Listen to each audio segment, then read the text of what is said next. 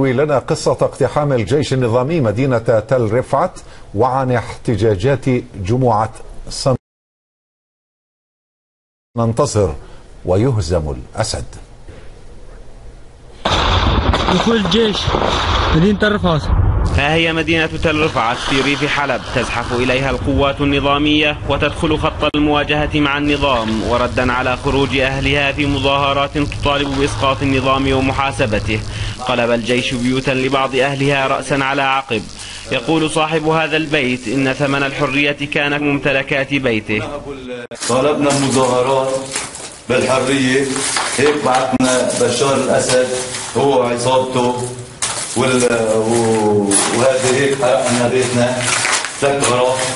حرقوا البيوت آمنا وصدقنا، بس القرآن يحرقوه.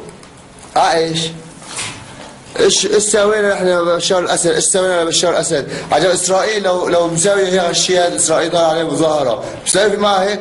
اسرائيل عم تضرب القنابل، بتضرب الصراص، ما مسوي شيء معه. رواية النظام حول وجود عصابات مسلحة تقابلها رواية الأهالي في تل رفعت عن وجود عناصر أجنبية تساعد قوات النظام، ويضيفون أنهم لم يتورعوا عن القتل والتعذيب.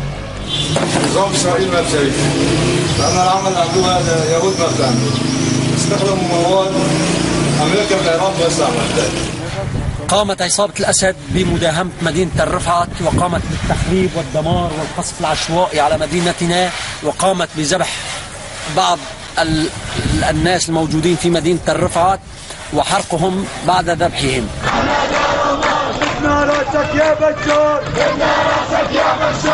وفي جمعة سننتصر ويهزم الأسد خرج أهالي تل رفعت تعبيرا عن صمودهم رغم الحملة الأمنية التي تعرضت لها بلدتهم خلال الأيام الماضية. محمد زياد، الجزيرة، من مدينة تل رفعت في ريف حلب.